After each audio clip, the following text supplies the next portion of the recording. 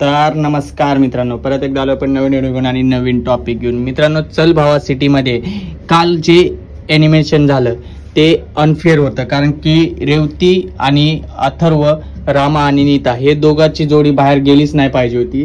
ठीक आहे, रामाची गेली असती तर एक फेअर झालं असतं की एक जोडी, बट ह्याच्यामध्ये नाव अथर्वचं नव्हतंच नॉमिनेटमध्ये. हे स्वतःहून नॉमिनेटमध्ये अथर्वचं नाव टाकण्यात आलेलं आहे. हे फक्त मला असं वाटतंय की दीपकला जिंकवण्यासाठी हे केलेलं आहे, कारण की दीपकची जोडीदार ही प्रणाली आहे आणि प्रणाली ही एक ऑलरेडी स्टार आहे, कारण की ती जे आहे त्या झी5च्या चॅनलवर काम केलेलं आहे. त्याच्यामुळे झी5चं असं म्हणणं असेल की प्रणालीला जिंकवायचं असेल, त्याच्यामुळे त्या दोघांची जोडी ठेवली आहे आणि रामा आणि अथर्वची जोडी बाहेर काढलेली आहे. बट अथर्व टास्क पण करत होता. ठीक आहे, अथर्व जर टास्क करत नव्हता, जर अथर्वची गेली असती जोडी बाहेर तर हे फेअर पण झाला असता. बट रामाची जोडी जे बाहेर गेली आहे ते अनफेअर वाटते मला, कारण की ह्या दोघांपैकी एकाची जोडी गेली असती तर फेअर गेम झाला असता. बट ह्या दोघांपैकी दोघांचीही जोडी बाहेर गेले, हे कुठला निर्णय आहे बाई असला? म्हणजे तुम्ही डायरेक्टली अनफेअर गेम खेळताय आणि नंतर बोलताय की पब्लिकच्या वोटिंगनं आम्ही सगळं जिंकवलं आहे. पब्लिकच्या जर वोटिंगनं जिंकवलं असतं तर काल जोडी जे बाहेर गेली असती ती काजल आणि क्रिसची जोडी बाहेर गेली असती, कारण की काजल हा कुठलाच टास्क पूर्ण करत नव्हती, त्याच्यामुळे त्या दोघांची जोडी बाहेर गेली असती.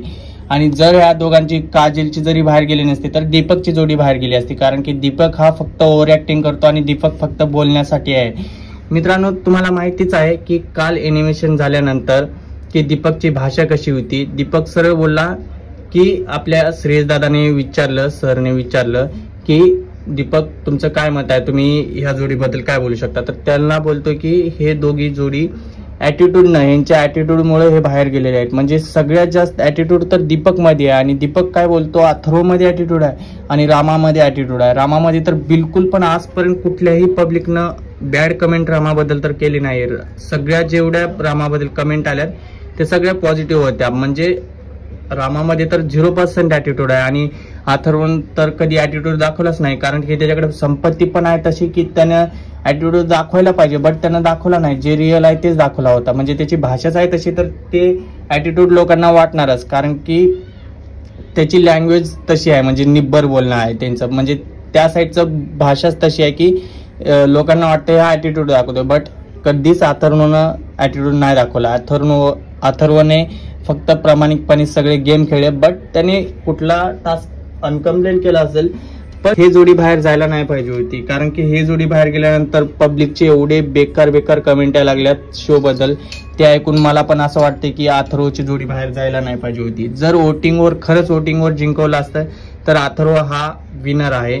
आणि मला कुठेतरी असं वाटतं की दीपकची जोडी बाहेर गेली पाहिजे, बट दीपकची जोडी बाहेर जाणारच नाही, कारण की प्रणाली हे झी5च्या साईडने काम करते. आणि राहिला प्रश्न सुभाष दादा तर हा बाहेर जाणारच नव्हता, कारण की त्याचा गेम प्ले पण तसा होता. आणि दुसरी गोष्ट, पवन, मला कुठेतरी वाटतं की पवन वाचला आहे काल फक्त आणि फक्त गायत्रीमुळे, कारण की गायत्री पवनला खूप साथ देते आणि त्याला सपोर्ट करते. कारण की एवढी शहरात राहिलेली मुलगी डायरेक्ट डुकरं पकडायला जाते, म्हणजे विचार करायची गोष्ट आहे की तिच्यात किती जिद्द आहे, म्हणजे शो जिंकण्याची. बट हा शो मला पूर्णपणे आता स्क्रिप्टेड वाटायला लागला थोडा, कारण की पब्लिकच्या वोटिंगवर जर हे शो चालला असता तर कालचा जी गेम झालाय तो गेम झाला नसता, कारण की 2 जोड्या बाहेर गेल्या नसत्या. हर वीकला एक जोडी बाहेर जाते, बट ह्या वेळेस 2 जोड्या बाहेर गेल्या. का? कारण की ह्याला शो क्लोज करायचा आहे लवकर आणि ह्यांच्या मनासारखंच करायचं आहे. मला 100% चुकीचा वाटला कालचा जे होता गेम प्ले, ते पूर्णपणे चुकीचा वाटला. आणि दीपकची जी भाषा बघून मला असं वाटते की दीपक हा जास्त दिवस टिकणार नाही, फक्त प्रणालीमुळं दीपक आहे मध्ये.